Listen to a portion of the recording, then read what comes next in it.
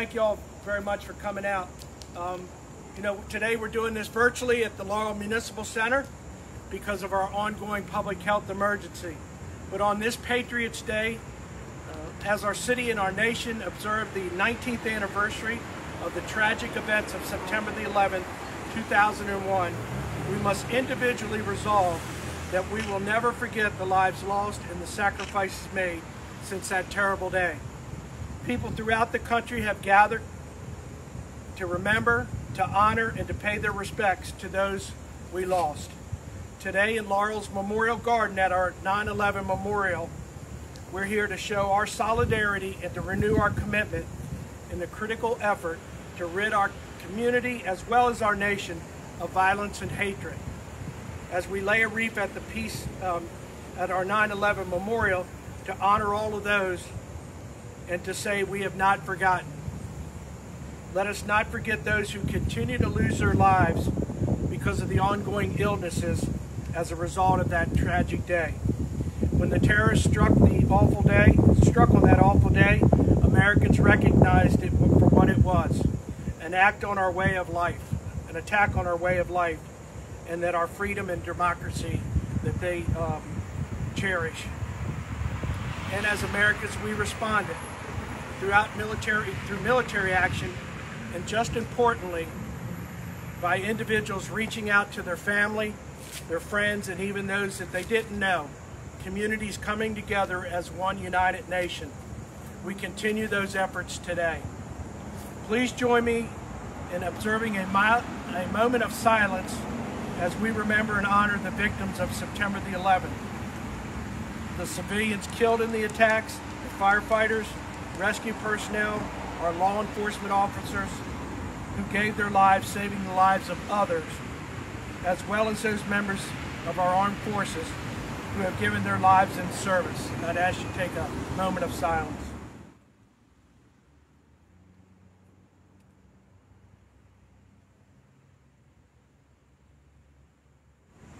Thank you.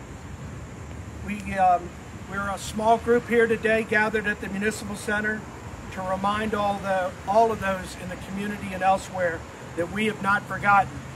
To the community of Laurel, I always want to thank them. They have never forgotten. They always remember.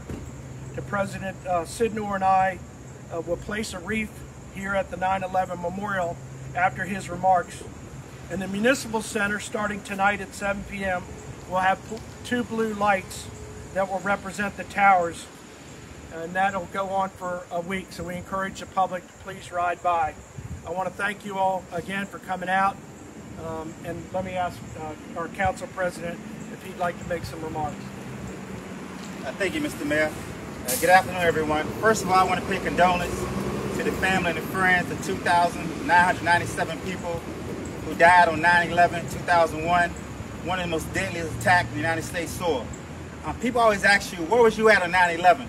And I recall that day because I was going to college. I was at Virginia State University on the campus, in the library, and everybody started gathering around the TV.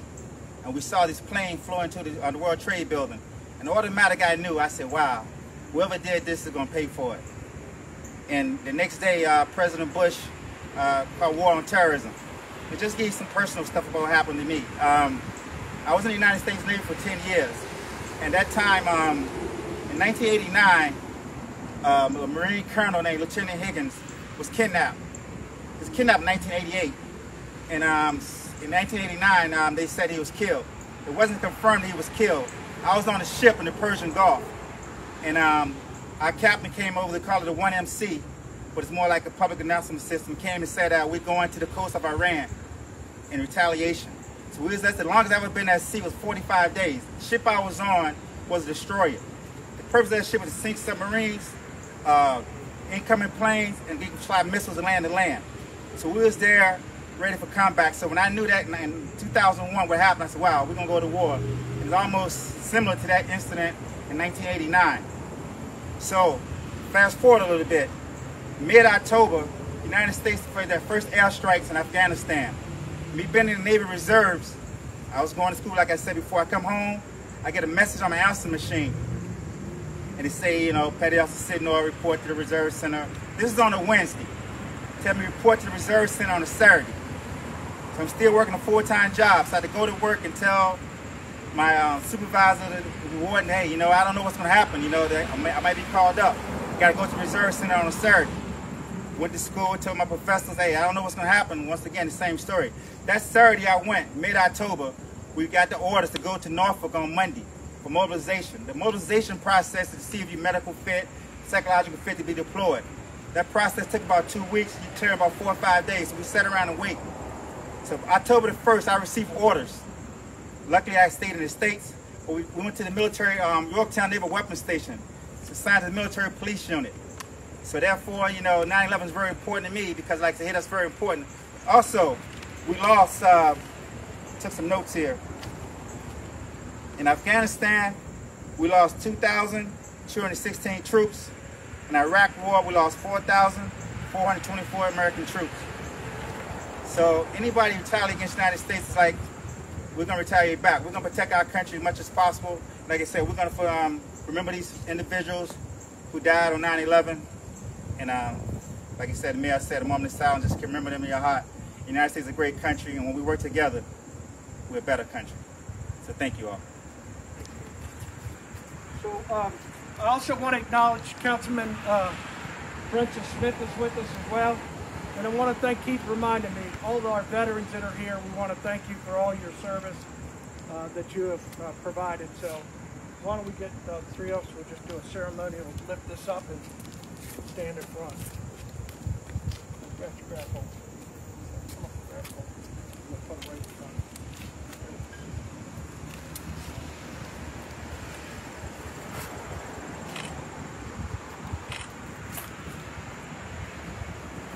So we're going to give an opportunity, if anybody would like to say something, please come up.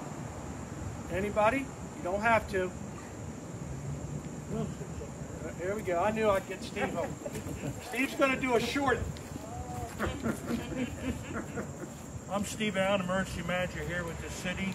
The day that the planes hit the Twin Towers, I immediately was activated by the National Disaster Medical System. About this time, I was en route to New York City. We got up there the night of 9/11, and next morning I was at Ground Zero, and I spent 34 days at Ground Zero. It was solemn because I was a retired firefighter, and 343 firefighters were killed at the 9/11. But we stayed strong. The team up there was great. It's a memory that, of course, will never fade with myself. But I want to also say something about the survivors of 9/11 and all the firefighters, the law enforcement, and the individuals that are dying from cancers and all the other stuff related to the atmosphere at Ground Zero. To me, they're all heroes too. So I thank you, Mayor, for having the opportunity to say something. Anybody else like to say anything? Audrey, weren't you doing a story that day? Yes. You say something? Yeah. I remembered it. I'm Audrey Barnes, the Communications Director, for those that are watching this on Facebook later. On 9/11, I was working at Fox 5 in Washington, D.C., and I was a new reporter there.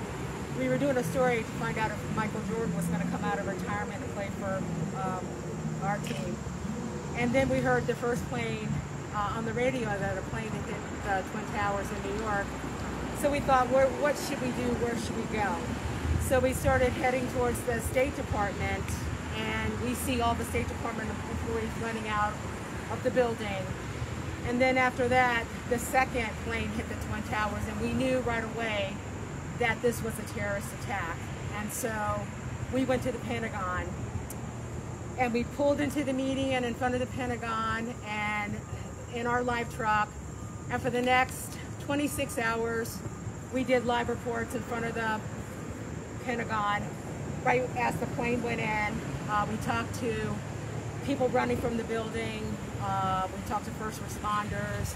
We talked to loved ones who showed up at the Pentagon to see if their family and friends were okay.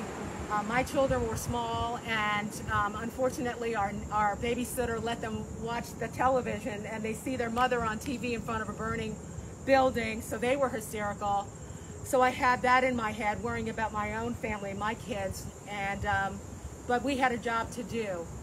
And that was by far the most important story I've ever done in my career as a reporter. It's something I hope we never have to experience again. It was very traumatic for all of us, reporting the story and worrying about our own families. So every time this day comes around, you do think about it. And I think it'll always be with us. But I more than anything, if you could just remember the people that we lost that day and those that lost their loved ones. I think that that's our should be the legacy of 9/11. Let's just never forget. Thanks, Audrey. Anybody else like to say anything? So the reason I wanted Audrey, Chief, the reason I wanted Audrey to come up, it touched a lot of people's lives, not just fire rescue, police, and those involved, but those who were reporting it, those who were helping and volunteering. So it was important. And again, as she said, we should never forget this day, and we should always reflect and remember. And that's why the 9/11 memorial was put together out here in our garden. I would want to acknowledge Marty Fleming, who put all this together. And we come out here every year. We try to do the interfaith with the community, those that have been here before in the evening.